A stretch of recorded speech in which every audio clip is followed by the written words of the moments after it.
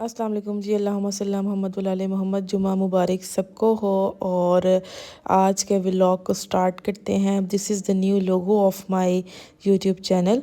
और कमेंट ज़रूर करके बताइएगा कैसा लगा आपको। तो हेयर वी गो। यहाँ पे है डिनर का अहतमाम। डिनर हो रहा है। डिनर में बहुत सी चीज़ें हैं। और फ़र्स्ट ऑफ़ ऑल तो बिरयानी थी, उसके बाद गजरेला देखें, गाजर का हलवा है, देसी रोटियां हैं, चिकन कढ़ाई, और उसके अलावा चिकन कढ़ाई देखें बहुत प्यारी, बहुत मज़े की लग रही है, काफ़ी भुनाई हुई है। इसका जो ऊपर आया हुआ है ना तरी, वो बता रही है कि कितनी भुनी हुई है ये। उसके अलावा जनाब शामी कबाब थे हमारे पास, इंतहाई मज़े के। और डिनर स्टार्ट किया गया और सब ने मिल के जो है वो खाना खाया। तो आजकल चूँकि सर्दियों का मौसम है, तो सर्दियों में कुछ लोग जो हैं वो इस तरह से भी आग जलाते हैं। तो जो मेरे अम्मा अब्बा का घर है वहाँ पे उन लोगों को हीटर जो है ना वो नहीं पसंद आता, वो दिमाग को चढ़ता है, तो फिर आग इस तरह से लगा के उसको रखा जाता है। ठीक है, ये पुराने तर्ज में इस तरह से लोग सर्दियाँ गुजारते थे। और ये जैसे ये सर्दियों की लजीज तरीन तोहफ़ा है, डिश है मज़ेदार किस्म की, दैट इज़ गजरेला। और ये बड़ा देश का बनाया गया था एज़ यूजुअल। और उसके बाद फिर ये मुख्तलिफ़ अपने जो अज़ीज़ हैं करीब तरीन, उनको जो है वो भिजवाया जाता है। और ये जनाब ठंडा हो रहा है। इसके अंदर जो है वो शुगर की जगह हमने ब्राउन शुगर यानी कि शक्कर का इस्तेमाल किया था। और उसके बाद इसको जो है वो मक्खन और ख़ूब दूध के अंदर जो है वो पकाया गया। तकरीबन इसके अंदर हमने 8 केजी मिल्क का इस्तेमाल किया था। 8 किलो जो दूध था, 8 किलो 8 लीटर, लीटर कह लें किलो कह लें, वो इस्तेमाल हो रहा था। ये जनाब देखें पक पक के ये अच्छे से जो है वो तैयार हो रहा है।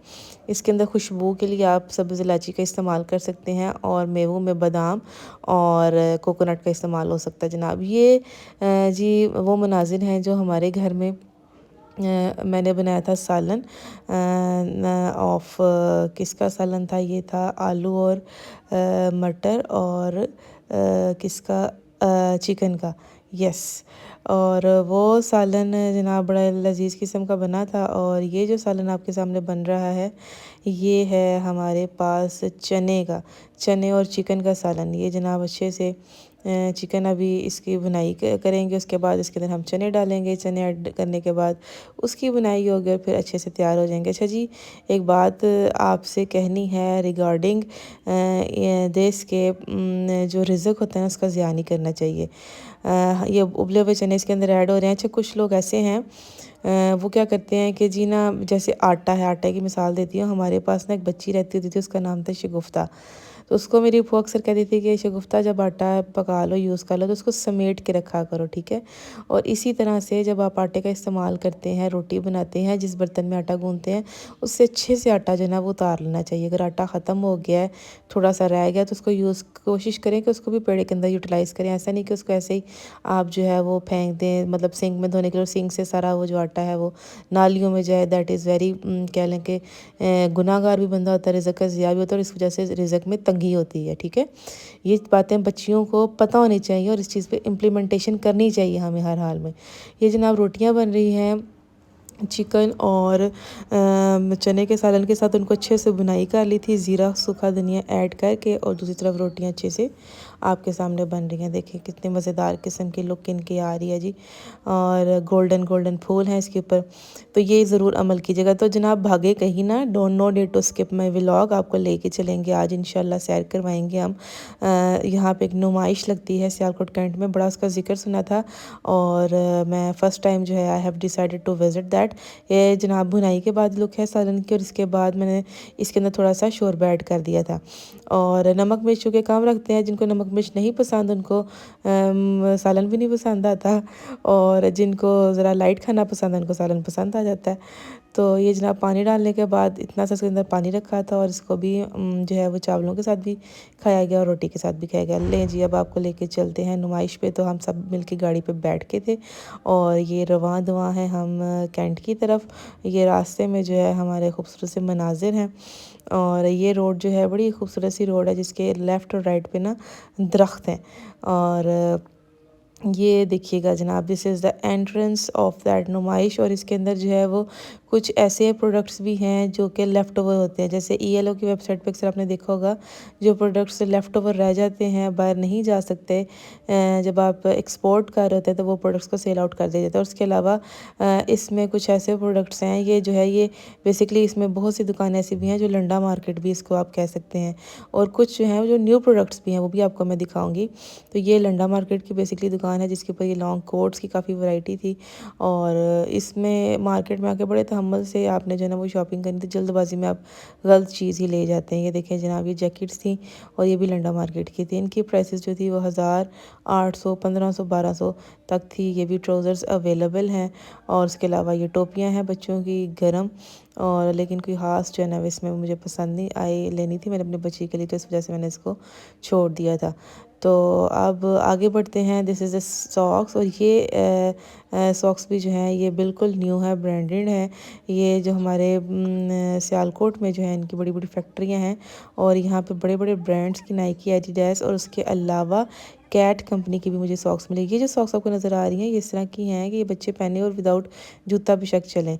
अच्छा जी, ये वो सॉक्स हैं जो कि डिफरेंट ब्रांड्स के अवेलेबल हैं, जिनके ऊपर कैट ब्रांडेड हुई भी थी ना जिसकी, वही मैंने परचेज़ की थी कि मैंने कभी ट्राई करते हैं। ये देखे कलरफुल सॉक्स भी हैं ख़वातीन की, लेकिन ये मैंने नहीं ख़रीदी। मैं ये जो आपको नज़र आ रही है ना सामने कैट जिसके ऊपर लिखा हुआ है, ये मैंने खरीदी, हालांकि थोड़ा सा मर्दाना लगती, लेकिन फिर भी महंगा चलो खैर। उसके बाद हमने खाया जी यमीएस्ट किस्म के गोलगप्पे, और अक्सर यहाँ से खाते हैं, बट इन गोलगप्पों का ये हुआ थोड़ा सा इशू, जो कि ठंड थी, उन्होंने शायद फ्रिज में रखे हुए थे, बड़े ही कोई ठंडे बर्फ़ थे, तो वो चीज़ नहीं आई। लेकिन इनकी शक्ल आपको बता रही होगी, थे मज़ेदार, चटनियाँ बहुत अच्छी थी, बट बिकॉज ऑफ दैट ठंडक।